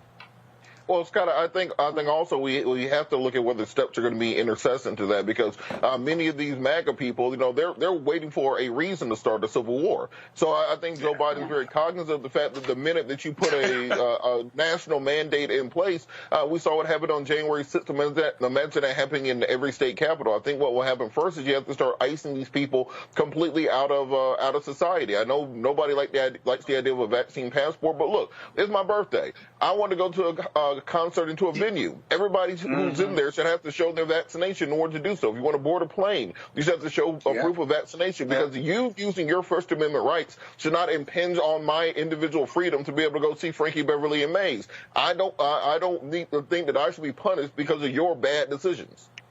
Yeah. Wait, Robert, are you saying did you say ice the MAGA people? Is it your birthday? I just want to make sure I heard that. You can ice them, you said? Yes, Monique, it is. Yeah, you got to ice them out of society in general. Robert. Happy birthday. That's not the point. The point is, you got to ice these folks out of society so we can all reopen and get back to doing normal stuff. You're not going to use your 11 millimeter to do that. I just want to make sure. You mean politically iced it, right? Yeah, we mean that you have to stay home. You get to stay home. The rest of us go outside. Exactly, man. It's unbelievable. It really is. It's just unbelievable. Are you singing? You're letting her sing on your show, Roland. You would never let her sing. I'm here for it. This is why me and Monica road dogs. It was mostly just an example of how, as women, it doesn't matter what you're saying. We can just keep on going. Happy birthday to you. Well, at least you're singing the right version. You're singing the right version. Yeah, I sang the whole other version while you talked. You didn't hear any of it. Happy birthday, Robert. God bless you. Happy birthday, we love baby you. boy. We love you, youngster. Keep on keeping on. How old are you? Keep hope alive. I'll stop counting. I think 37 or 38, somewhere around there. You're a damn liar. But you go on. I'll let you have that one. But happy birthday anyway. No, for real. September 1st, 84. Hey, Roland, let's pivot. What's the next topic?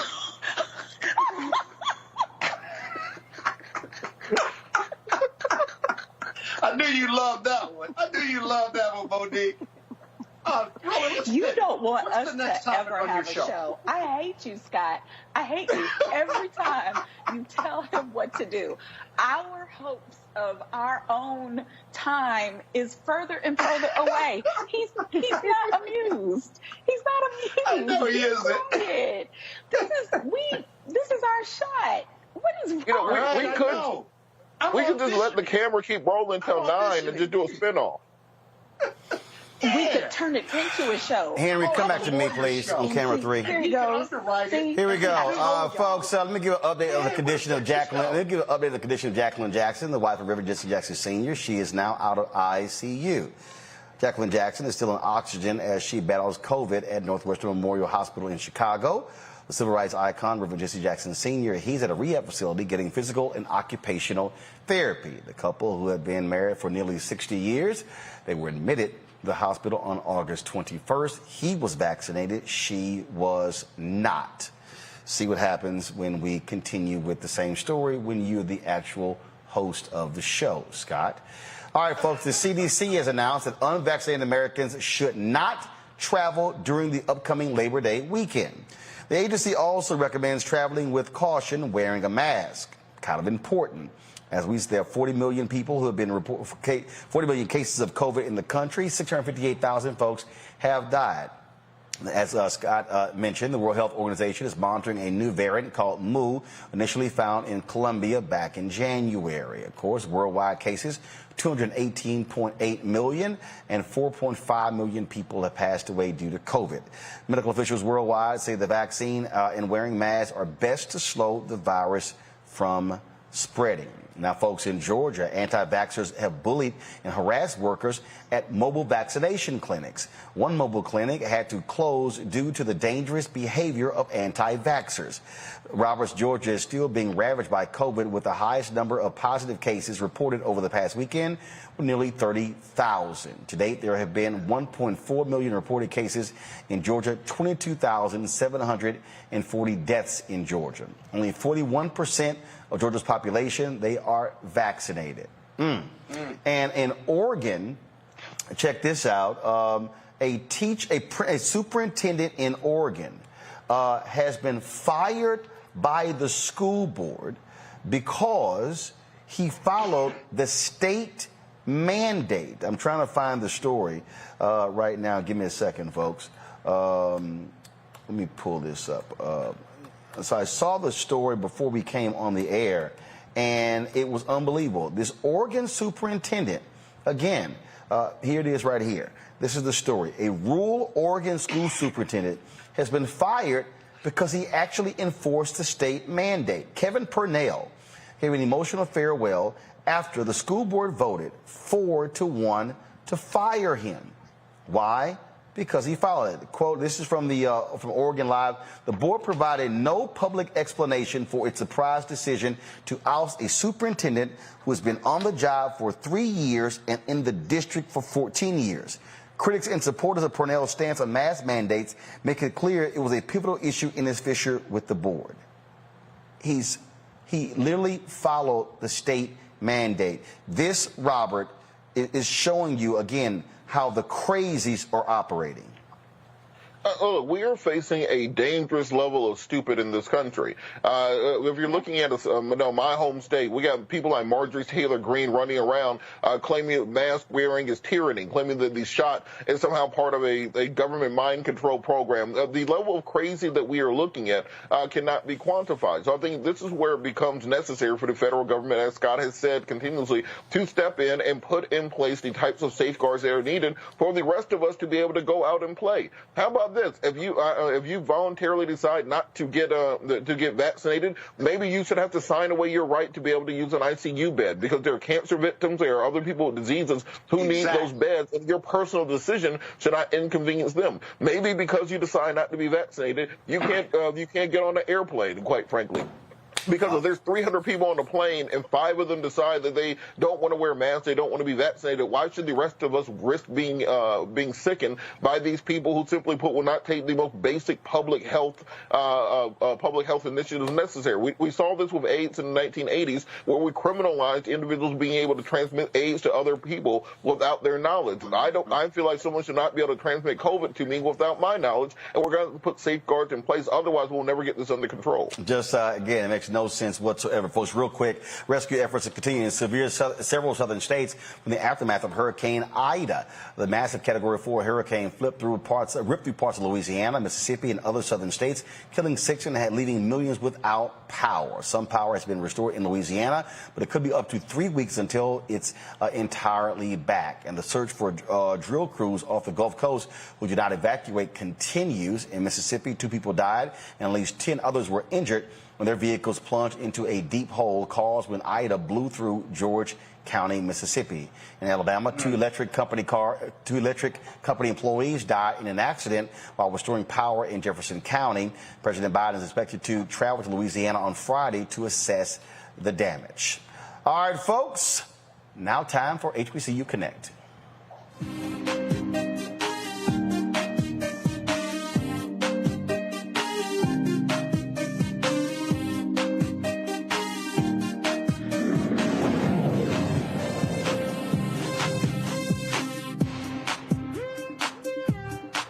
Grambling State University has named its second woman drum major in the school's history. Candace Hawthorne is the first woman to earn the historic honor since Velma Patricia Patterson broke the historic barrier in 1952. Hawthorne will make her debut this Sunday when Grambling State takes on Tennessee State in the Black College Football Hall of Fame Classic at Tom Benson Hall of Fame Stadium in Canton, Ohio. So certainly congratulations goes out to Candace. Folks, last week when I was in Atlanta for the MEAC SWAC Challenge, which took place between Alcorn State and North Carolina Central University, I had the opportunity to sit down with their chancellor. That's right, I had a great conversation with him. Wanted to be able to show it to you, so here we go. Mr. President, how you doing? I am doing fine. So good to see you. Good seeing you. Had a great time when I was on your campus. Thank you. In fact, we still cherish that moment on our campus. I appreciate it. Thank you so much for coming to visit. So I'm going to tell you something happened today. So the bands were performing. Yes. It was a Central Band, Alcorn State Band, and I was taking photos or whatever. Yes, sir. And so I was about to walk. I'm walking through, and so one of the trombone players, "Hey, take walk our line." I was like, "Bro, relax." I said, "I'm taking a photo. I'm working." So they finished doing the song, and so one of the other band guys came over. He said, "Well, who are you?" I said, "Well, this is what I'm doing." He's like, "Well, our culture, you can't break the line." He's like, and these guys don't know who you are. I said, "But your president do." Absolutely. You should just mention my name. I said, "He's my buddy. That will take care of him." So the police chief came over like, "Mr. Martin, I love your show." He's like, "We'll talk to him. We'll talk to him." I said, "You didn't want to holler at them young bucks." Absolutely. I said, "Let them know who I am." I will let them know next time I see them. I said, whenever you see Mr. Roland Martin, he has my ticket to go everywhere. And so I had to tell him, I said, "Look, man, I've been promoting this for 2 weeks." I said, "Now we push this out to about 3 million people." Yes. I said, "You want to be seen?" And I tell him all the time, I cannot afford what is given us.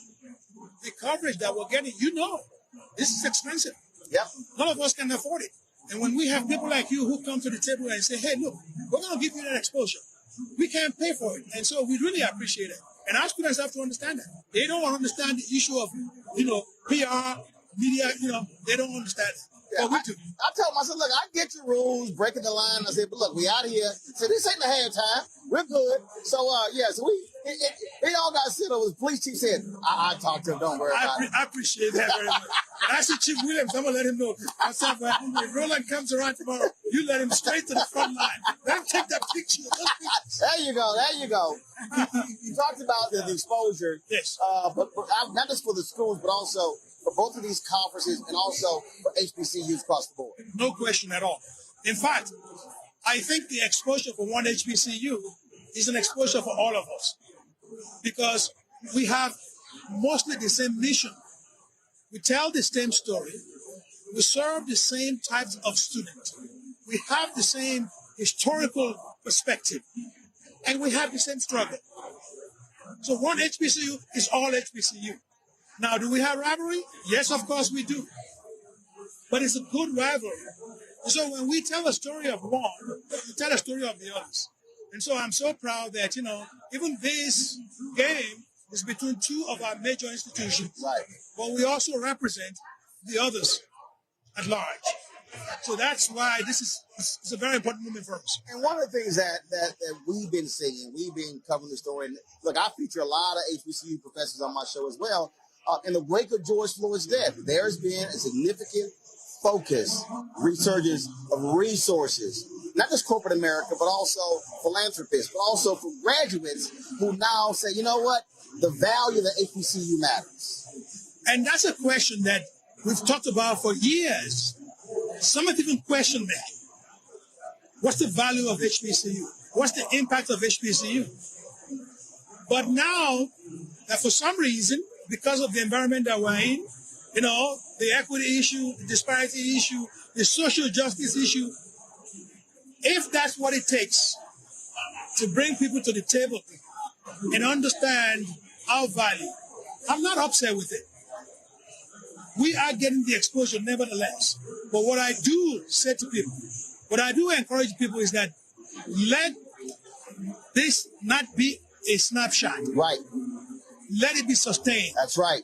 If you appreciate us now, if you know where we've come, if you know our contribution to the society that we've proven, then let's sustain this relationship. That's right. So that sustainability is what we need to preach. And that's what you do for us. And that's what we all need to be talking about. I don't need to tell you that we are an important institution.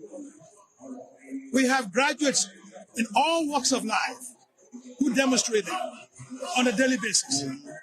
But how do we keep on being relevant? What are the resources that we need? So it's going to take a sustained relationship from all of these corporations, all of these foundations to make it happen for us. So we thank you for this moment, and we look forward to, a sustained relationship with our institution for the foreseeable future. Well, I look forward to coming back. When I was there, I did my show from there, and so we'd love to come back. If your schedule permits, I'd love for you to come to our homecoming. The campus that you saw, I think it was about a year, maybe a year. Yeah, but it was before COVID. Before COVID. You will find a new campus now. Uh-oh. Okay. We've just completed our 5th capital project. We finished the Student Center Union. We finished 3 major residential halls. We broke ground for our School of Business. And now we're beginning to break ground for a 24/7 research center. Wow. So when you come to our campus now, you see the expansion. Now, when is homecoming? Homecoming is November 6th, I believe. Okay, I'll take the schedule. We'd love for you to come. And we want to expose, we don't want to be, as people say, the best kept secret anymore. Right. We want to be a known secret. Well, we come down there, we'll try to help you be known. Thank you so much. And I do appreciate your friendship, your partnership with our HBCUs, your voice, and your advocacy for us, both at the national stage and the local stage. You're doing it every day. Every time I see you on the television, you're fighting the fight. You're making the case. And let me tell you, we appreciate it. I appreciate it. Thanks a bunch. Great to see you. Thank you, brother. Good luck in the game.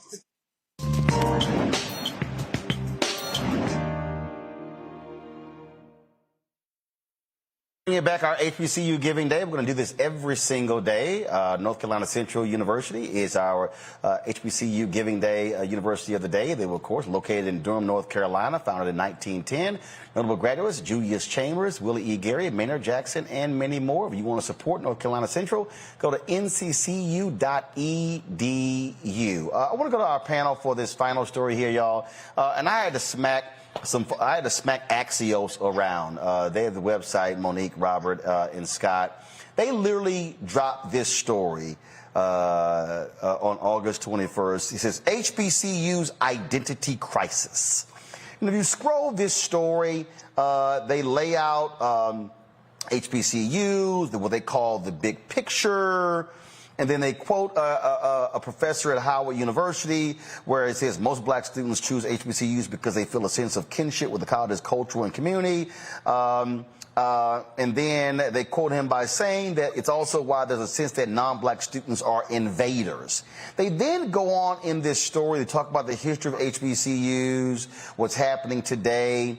And then on how enrollment at HBCUs is increasing with non-black students. It says in 2018, non-black students were 24% of enrollment at HBCUs compared with 15% in 1976.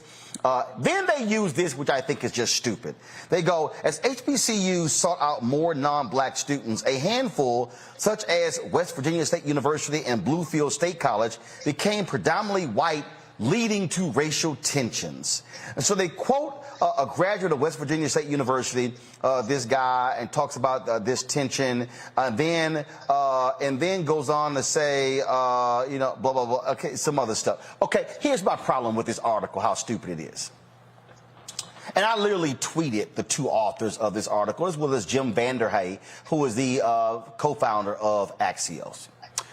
This article is stupid because they use as the example of HBCUs having identity crisis two HBCUs located in the state of West Virginia. Monique, Robert, and Scott. The black population of West Virginia is 3.6%.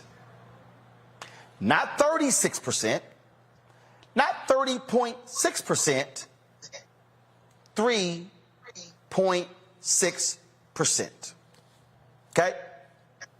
They make no note in this article about the explosion of attendance at HBCUs over the last decade. They make no mention that these two universities have been majority white over the last 20 plus years. Okay? So to give this impression that there are this tension that's going on at HBCUs having an identity crisis is absolute bullshit.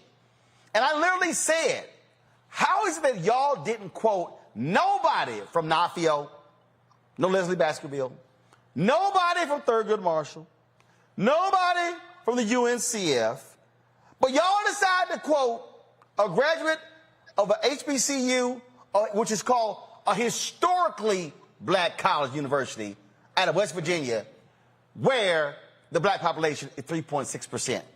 This is where I'm like, maybe your problem is, Axios and Jim Vanderhay, y'all ain't got enough black editors.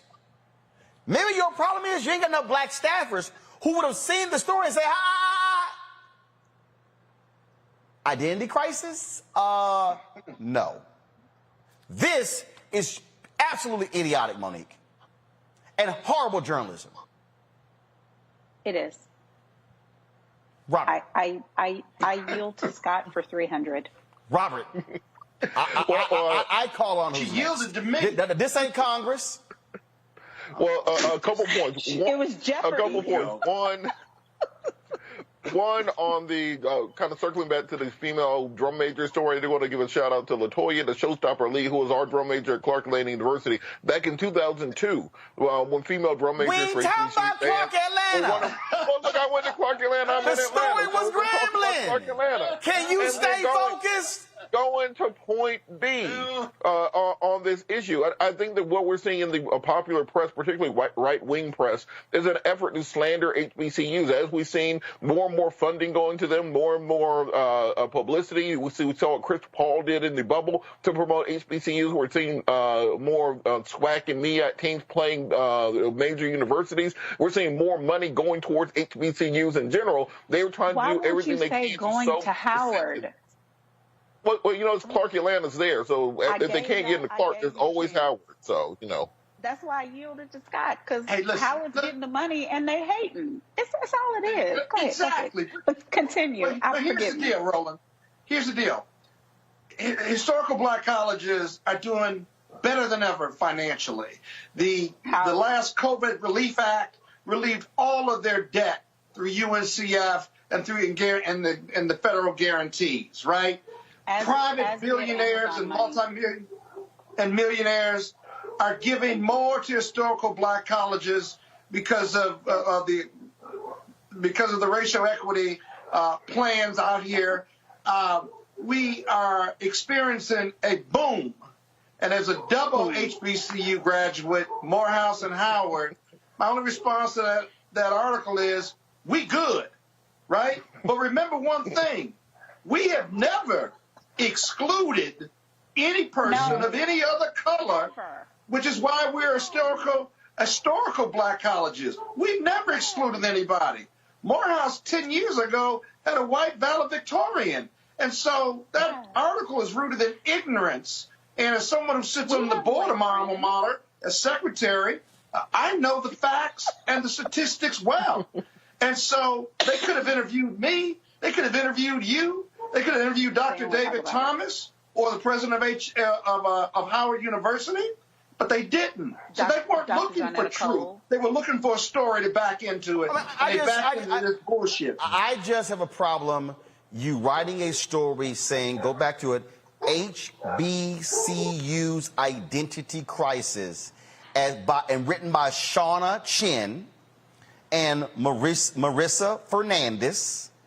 And I literally tagged both of them in my tweets to Jim Vanderhyde saying, this is a bullshit story. And I got a problem with the story. But Roland, the identity crisis in their minds is they view, which is why I keep saying Howard, but the same is true of Morehouse because they got my brother Robert Smith money. And just, you know, let me go back to Spelman and some Cosby money. Let me just talk about it and understand that when we don't struggle, they think we don't have an identity. Like us struggling to get an education is part of the identity, and it is not. You can't steal my culture from me as a Howard grad just because people who are of other hues come through. They've always been coming through, and they get an education, and they experience more blackness than they've ever experienced while they get their wonderful education. So just because people with millions and billions are more and more supporting what the three of us on this panel have been blessed to experience doesn't mean that we don't have an identity. We have our same identity. We are just ratified. And hold up, they mentioned They mentioned the donations. This is the lead of the article. Historically, black colleges and universities are seeing a new wave of substantial donations and interest from big-name talent, but the attention has also highlighted questions of cultural identity. No, let me say this. No. Let me say this right here, Axios. You have decided to all of a sudden realize that HBCUs exist. Exactly. You have decided that. Not all of a sudden big name talent. Let's be real clear. Let's be real clear here. I want to be real clear, Axios. Nicole Hannah-Jones going to Howard, as well as, why is it escaping me? Ta-Nehisi Coates. They ain't the first big name folk to go to HBCUs. See, all of a sudden, let me just go ahead and break this down. All of a sudden, white people and other non-black people are going, oh my my God, Nicole Hannah-Jones and Ta-Nehisi Coates, they're going to HBCU. Oh my God, what's going on? To teach. When there have been a number of big name people. See, the problem is it's big name people that white people know. So see, that's why. So the real issue is not HBCUs have an identity crisis. The problem is Axios has a black identity crisis because you now have discovered HBCUs. So because now I'm not done. So because Mackenzie has taken her divorce money from Jeff Bezos and has given millions to HBCUs, y'all have discovered that HBCUs exist. And so all of a sudden, you want to write a little cute story about, oh my goodness, identity crisis, because y'all looked up and went, woo, there are 2 HBCUs that are predominantly white. Let me help y'all out. There are actually 3. There's Bluefield, there's West Virginia State University, and there's also Lincoln University in Missouri. Those 3 are predominantly white. Now, if y'all want to, you can go to Harris Stowe, that's also in St. Louis, to find an HBCU. If y'all also had any depth whatsoever, Axios, Shauna Chin, Marissa Fernandez, what y'all would have done, because see, I've done it, because I've actually covered this for years, you would have realized that West Virginia State University and Bluefield State College have gone to great pains in order to ensure their students don't forget their HBCU legacy.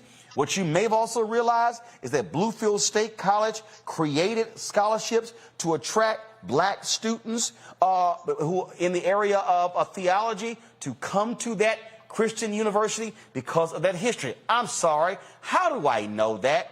It's probably because I've actually talked to the president of Bluefield State College, who has worked in partnership with my pastor, Ralph Douglas West, out of Houston, Texas, the Church Without Walls. See, that's what happens when y'all talk to black people who have an understanding of HBCUs.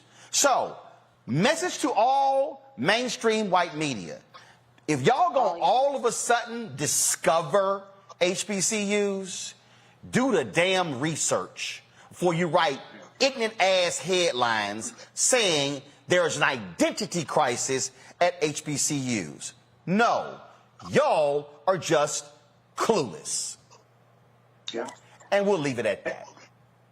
If y'all want to support Roland Martin Unfiltered, y'all, of course, can do so by joining our Bring the Funk fan club. See, this is how we roll on this show. You don't get this on anywhere else because we speak truth to power, and we can do that because I own it.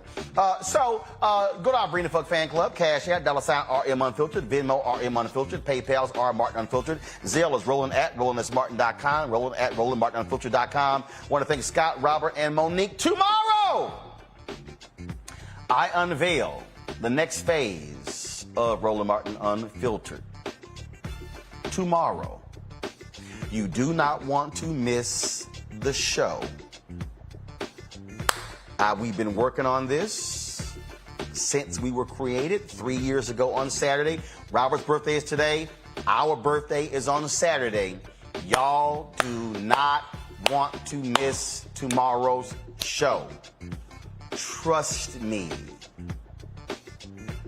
Y'all see Monique, she already dancing. I don't know what she's doing, but she's dancing. But it is the next phase. It's Roland Martin Unfiltered 2.0. I'm just letting y'all know it's gonna be fire. That's tomorrow. I'll see you then. Holla!